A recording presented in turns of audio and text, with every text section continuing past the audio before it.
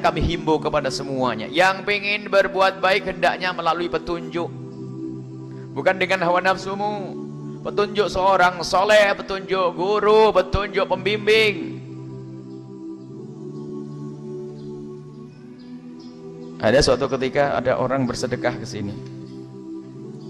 Setelah kita lihat bukan dari keluarga kaya, sedekahnya banyak banget. Akhirnya tak panggil, anak-anakmu setuju enggak sama keluargamu?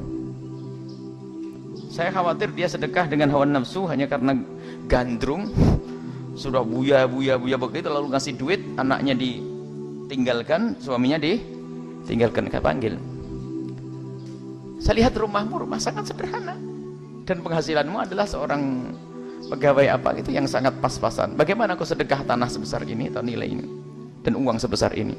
Apakah persetujuan dari keluargamu? Tak tahunya apa? Jawabnya mengagetkan.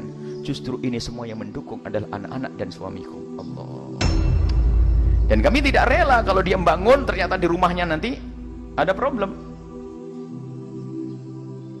kekurangan dan sebagainya. Harus melalui petunjuk. Kalau ingin berbuat baik ada petunjuk. Ada orang dengan hawa nafsu, misalnya yang kaya tiba-tiba sedekah bagus banyak, tapi sedekahnya ngumrohin orang. Karyawannya diumrohin, pegawainya diumrohin, senang tidak diumrohin? Padahal belum tentu senang bener, bisa saja lebih senang kasihkan duitnya karena aku belum punya rumah, karena aku masih punya cuman karena hawa nafsunya seorang kaya. Sebab kalau sudah ngumrohin orang banyak nanti di Mekah sama Madinah kayak raja, diikuti sama orang sana enak. Pak Hajinya ketawa, iya Bu ya betul, saya waktu umroh juga begitu tuh. Jadi saya diikuti oleh orang yang saya umrohin, jadi kayak saya raja, main perintah enak.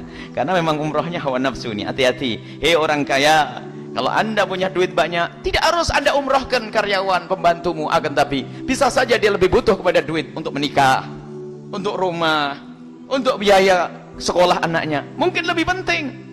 Anggap saja jatahmu sebetulnya umroh, wahai anakku, wahai pembantuku, wahai karyawanku. Karena kamu karyawan terbaik, jatahmu sebetulnya umroh. Nih ada duit 25 juta untuk umroh. Kamu pilih mana? Lebih manfaat. Jadi harus ada petunjuk dari orang-orang yang punya ilmu. Jangan dengan hawa nafsumu berbuat baik. Bisa saja kalau dengan hawa nafsumu adalah bukan dengan cara yang baik, sehingga tidak diterima oleh Allah. Sampai suatu ketika kita tawarkan, kita punya program menyekolahkan anak-anak yang berbakat, mencetak ulama. Ngumrohkan satu orang tidak cukup 20 juta, 25 juta saat bekal-bekalnya. Sementara kita punya program menyekolahkan anak, pendidikan untuk menjadi seorang faqih ulama, cukup 25 juta. Sekali dok, setelah itu dia akan belajar, mendapatkan beasiswa dan seterusnya, pulang menjadi seorang alim, dia punya murid, punya ini, Masya Allah. Makanya kalau orang cerdas itu berbuat baik yang muta'addiyah, yang pahalanya itu adalah berkembang, bukan hanya pahalanya qasirah yang terbatas. Kalau saya punya duit untuk umrah, pahalanya untuk saya sendiri. Tapi kalau saya gunakan untuk pembangunan pondok pesantren, untuk membangun lembaga-lembaga Islam, atau untuk kepentingan orang-orang fakir yang ingin beribadah dan seterusnya, ini pahalanya terus. Dan memang kita tidak boleh berbuat baik dengan hawa nafsu. Jadi melalui petunjuk aman yang lebih bagus. Bisa saja pondok urusan nomor nanti, biarpun masalahnya besar pondok. Kenapa? Karena saya punya bibi sakit, masuk rumah sakit. Dahulukan bibimu silaturahmi ini. Nah ini, jadi ada petunjuk. Jangan dengan hawa nafsu berbuat baik. Jangan tentang pondok. Loh, pondok manfaatnya gede ini. Kalau yang menuntut ilmu di pondok orang banyak, nanti pahalanya besar. Oh belum tentu. Lihat, ternyata ada orang bisa saja berbuat baik banyak, tapi lupa sama keponakannya, lupa sama bibinya, lupa sama saudaranya. Itu kan musibah.